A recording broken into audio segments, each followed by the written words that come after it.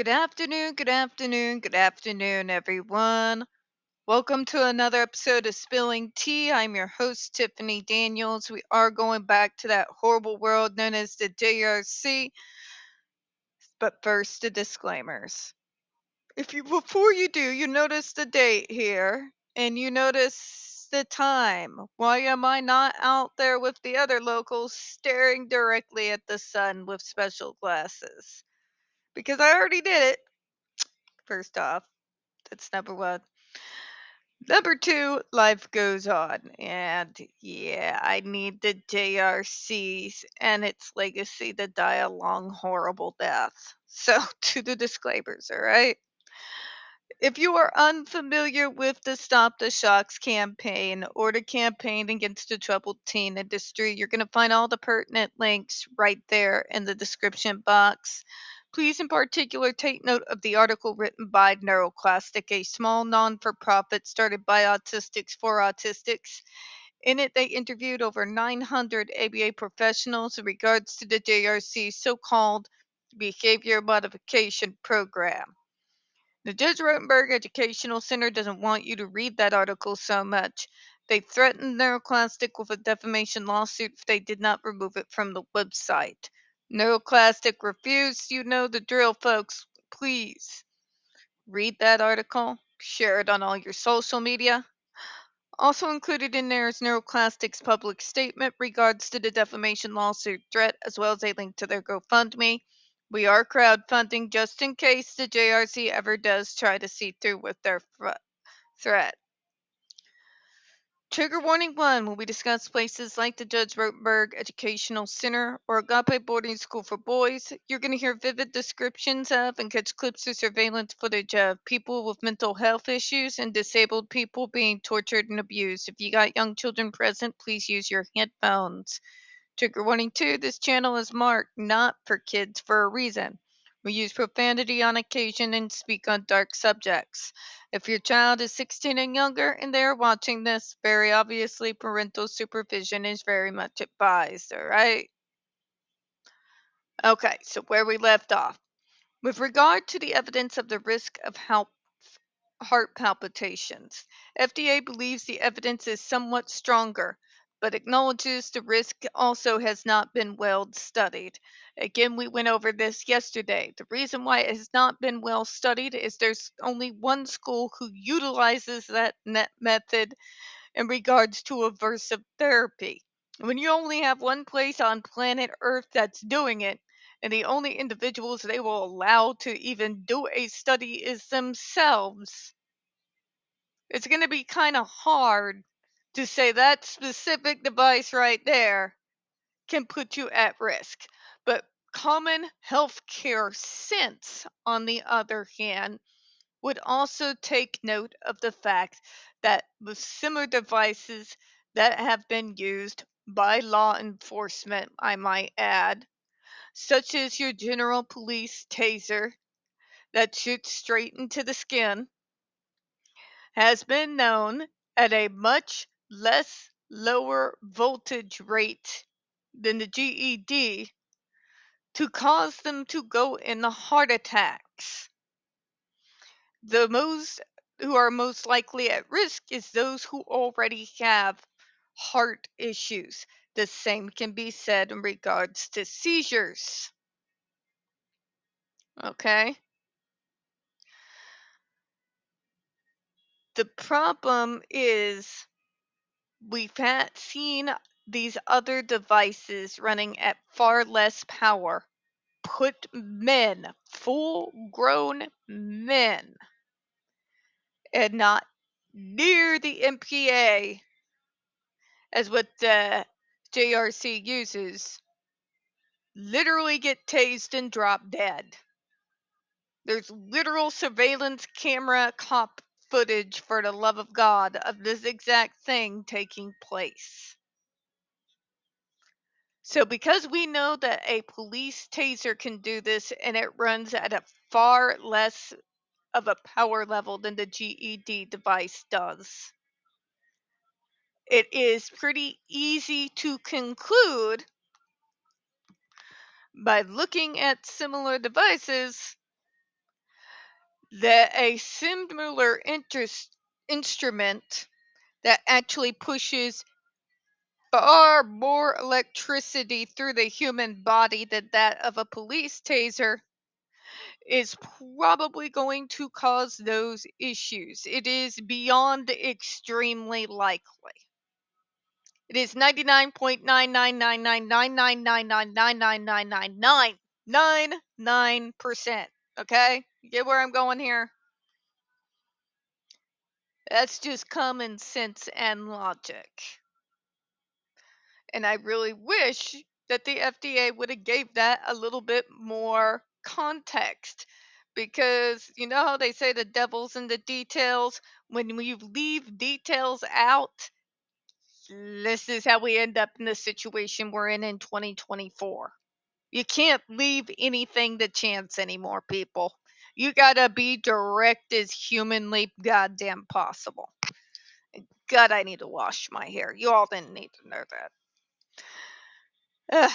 Anyways, you get what I'm saying, right? The commenter describes the manner in which the electrodes would be placed on the skin in order to cause palpitations as direct result of electrical current flowing through the heart. He states that because ESD electrodes are not arranged in that way, individuals subject to ESD should not experience palpitations. Jesus fucking Christ, we're dealing with morons. You're shooting electricity through a child. But it will only shoot where the electrodes are. That's not how the human body works. It's not a bullet where if you hit the target close enough, the bullet will lodge in one area and stay there. This is electricity. This is not a solid object. You can put those electrodes to try to control their path of the way they travel through the human body all you want to, but that's not how this shit works. You cannot use that device to control the electrical current that you are creating inside a human being. You can't control that. You can't. Okay? This is beyond idiocy here. But the electrodes are not near the heart. So what? You know what the heart controls? Blood vessels and blood veins. The pain receptors. If one part of the body gets struck by lightning, the whole body gets struck by lightning. Which means, even though it was a straight shot, it impacted the entirety of the body, because that's how electricity works, kids. There is no, but I can control the current inside the human body by where I put out these outlier electrodes. Not gonna work. It's not how any of this works. Okay? It's going to go where it's going to go. It's going to affect nerve endings. When you feel pain, there's usually a jolt of energy to your heart. It doesn't have to directly impact the heart as a direct hit in order to cause heart attacks, heart palpitations, and seizures. All right? God damn, it's disgusting. I have to even say that. In contrast, an individual who was subject to ESDs and an expert in this field have opined that the use of one model of ESD, a GED, presents a risk of heart palpitations to the patient. Thank you! So one staff member flipped the bird, got himself some far better education and was able to talk about this very thing. You'd love to see it. But you see what I mean here, right?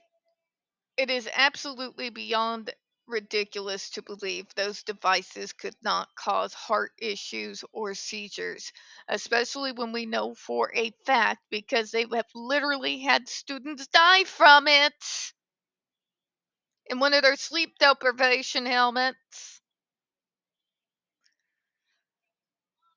that these kids come in with preconditions. Would you come in with a precondition, in particular epilepsy, heart palpitations, or heart issues? If you are getting shocked at just below the lethal limit multiple times within a short time frame, it's going to impact your heart. It would impact the heart of a completely so-called regular healthy person. All right? God, it's like arguing with a wall. In contrast, an individual who is subject to ESDs, and yeah. So you see what we're saying here, right? It is completely idiotic with what we know from individuals who have literally died from devices that are somewhat superficially resemble the GED. We have a lot of those stories to rely on to let us know that even in low forms, electricity, when used against a human being, can be deadly. Okay? We also know for a fact that even if a body part isn't directly hit, if you cause that kind of trauma, getting hit by that much electricity that many times in a row,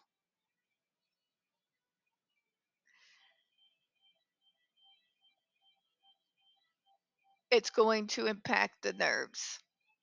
The nerves have to do with blood flow. Blood flow, adrenaline. It's a recipe for goddamn disaster, is what it is. And we're going to go ahead and close on that, folks. We don't get very many views on this channel. The few we do get do tend to get removed from time to time. If you could, please don't forget to hit the like button, hit subscribe, and please don't forget to utilize those comments. I appreciate your time. As always, folks, we here at Spilling Tea hope you have a good one. I'll see you in a few minutes.